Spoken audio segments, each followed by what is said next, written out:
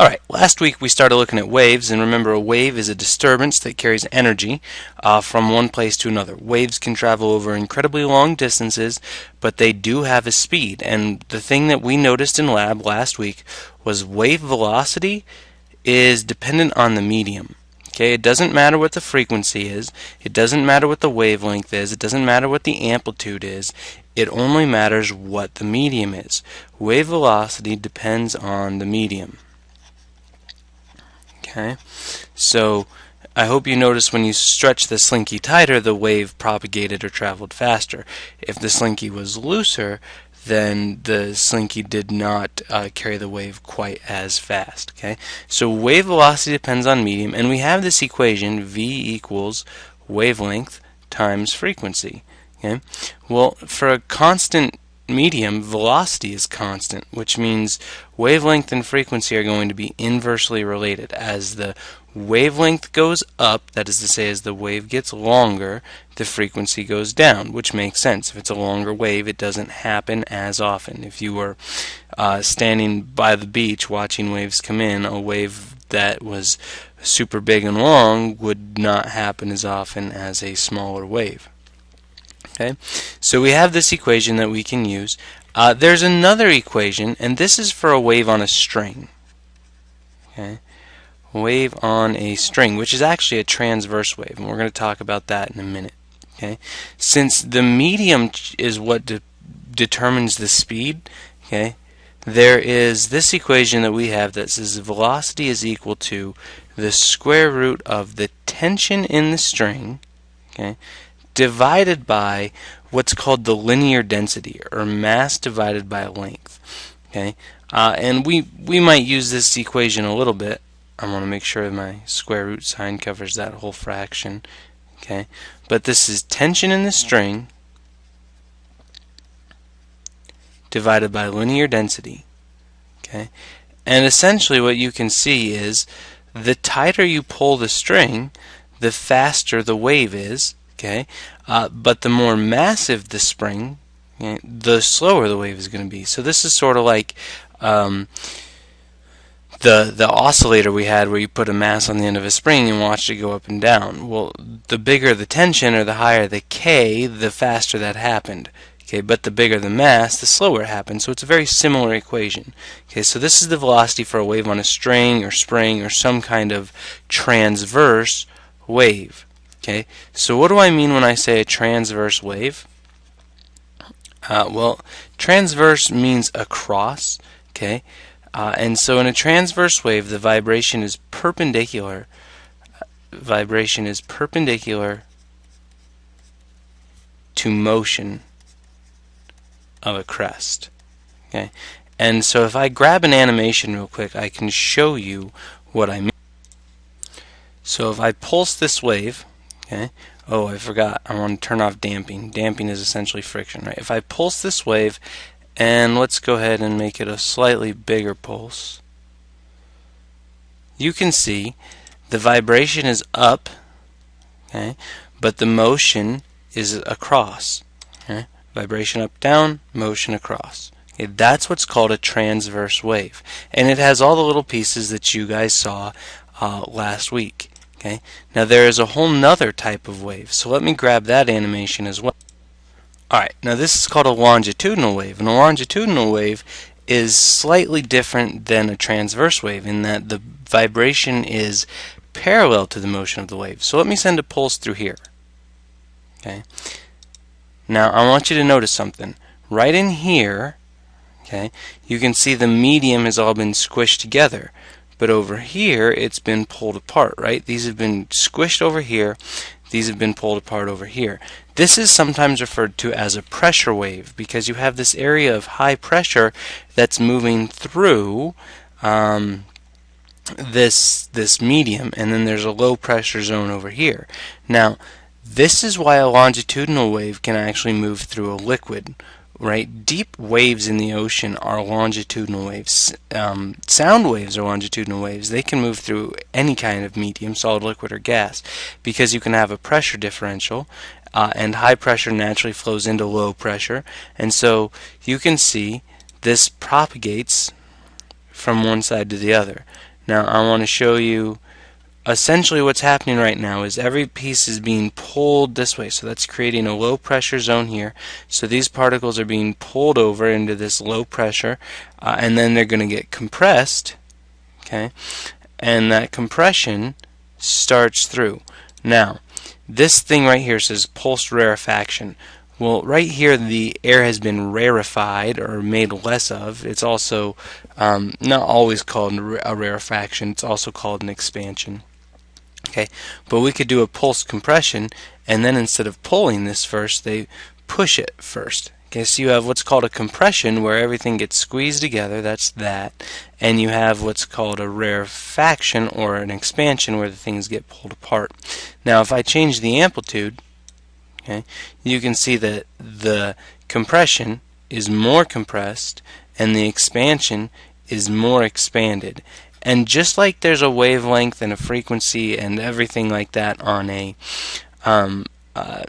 transverse wave, there's a wavelength and a frequency if we have a progressive wave. Okay, so let me stop that. Just like before, here's a crest, or a maximum pressure to maximum pressure. A trough would be this minimum pressure area in between. So I have a wavelength. Okay, I have a frequency, how many compressions or rarefactions go by a second. Okay, I have a period, how long it takes for one of these to travel a given distance or whatever. Okay, so we can actually use all the same terminology and methods to describe a longitudinal wave.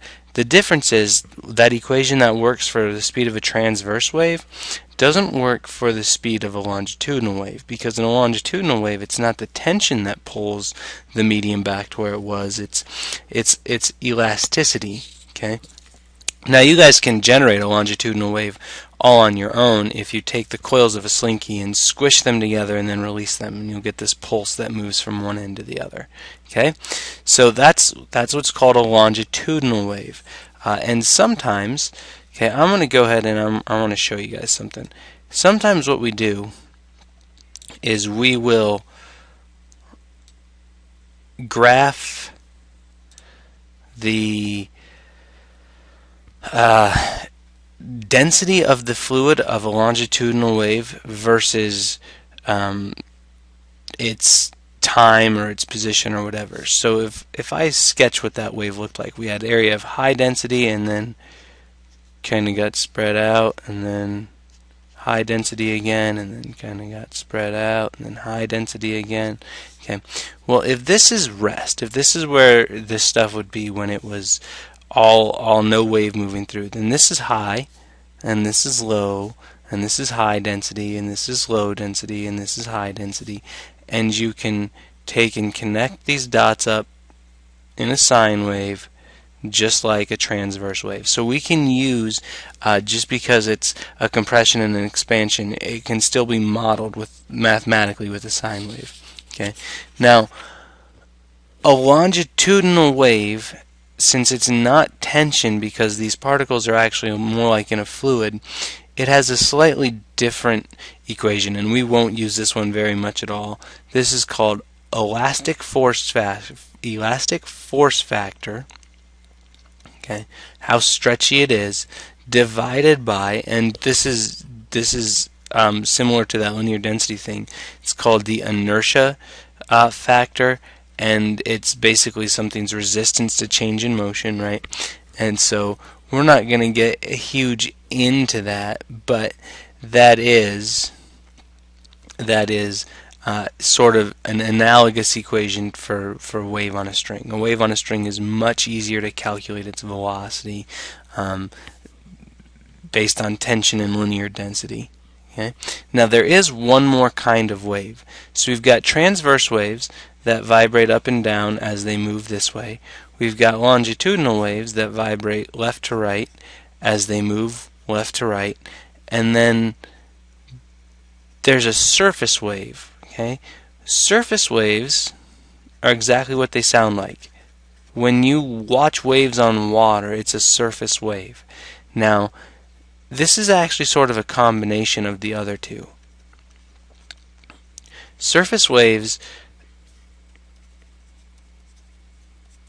Well, their vibration is not perpendicular or parallel to the motion of the wave. It's the combination.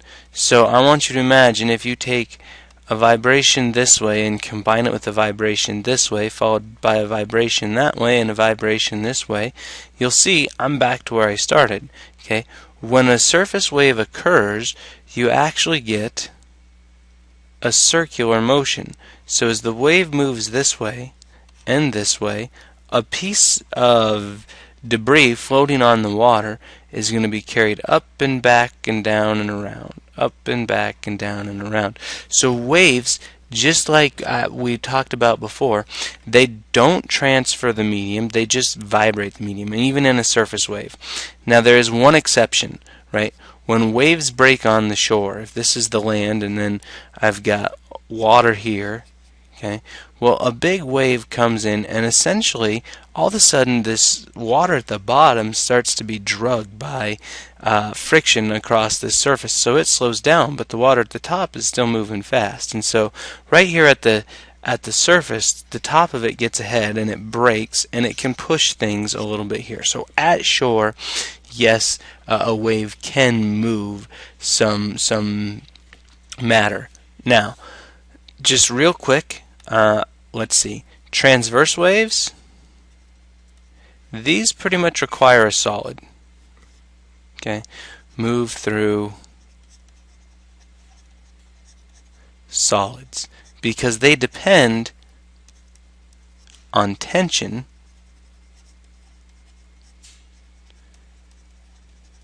to restore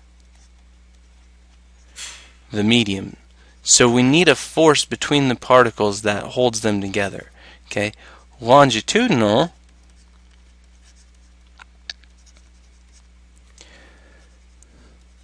move through anything. Okay, so move through any medium, pretty much. And then surface waves occur on the surface of a fluid, generally speaking. Now, there are both of these waves produced in an earthquake. They're called S and P waves, P for pressure or primary and S for shear or secondary.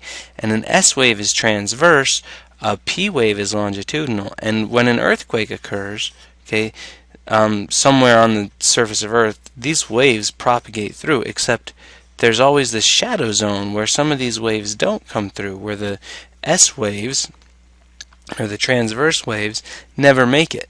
Okay, and that's why scientists believe the center of the Earth must have some liquid in there somewhere, because it blocks waves, and to get that to happen we need a liquid. Okay, so transverse, longitudinal waves, both pretty straightforward ways of carrying energy from one place to another. They do it in a similar process, only one's a pressure wave and one is a tension wave, if you will. Okay, and so I'm going to call a transverse wave a tension wave, and I'm going to call a longitudinal wave a pressure wave. Okay, and they have similar properties, but they're still a little bit different. Okay, we're going to work a few problems today, and we'll get ready for a lab tomorrow.